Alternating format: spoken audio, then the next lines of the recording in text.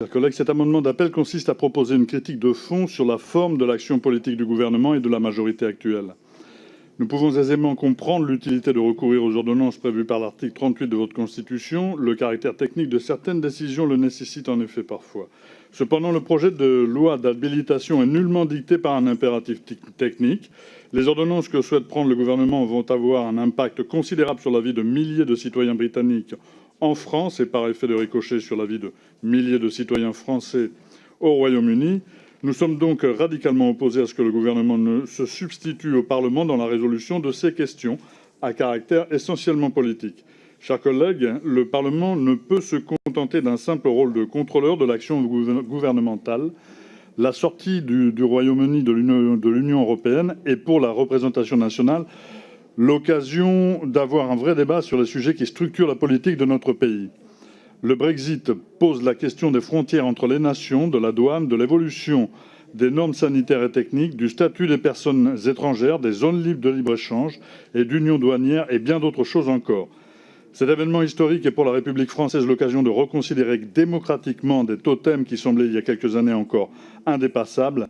Le débat parlementaire est nécessaire à notre pays. Nous sommes donc fondamentalement opposés à ce que la résolution des conséquences du Brexit soit décidée dans des cabinets ministériels dominés par des technocrates.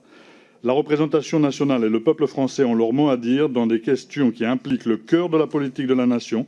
C'est pourquoi nous refusons au gouvernement le monopole de la décision politique en la matière. Je vous remercie. Je vous remercie. Monsieur le rapporteur.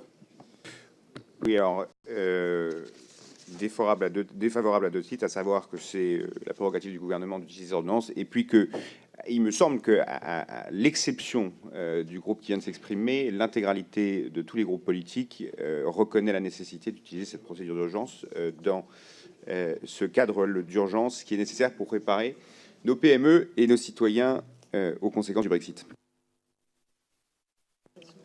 Madame la ministre, vous voulez dire un mot? Oui, avis défavorable du gouvernement. Nous sommes à 3 mois et demi d'une sortie du Royaume-Uni dont nous ne pouvons pas savoir encore si elle se fera avec un accord ou sans accord. Nous avons des mesures à prendre rapidement en nous coordonnant avec nos partenaires, avec la Commission, avec le gouvernement britannique. Nous devons évidemment veiller aux intérêts de nos concitoyens, de nos entreprises, à la compétitivité de nos ports. Et nous avons essayé, dans le projet que nous vous proposons, de trouver le juste équilibre entre l'exigence constitutionnelle de précision de l'habilitation, mais un besoin de flexibilité qui, je crois, pour vous avoir écouté les uns et les autres, est réel et justifie que nous recourions aux ordonnances.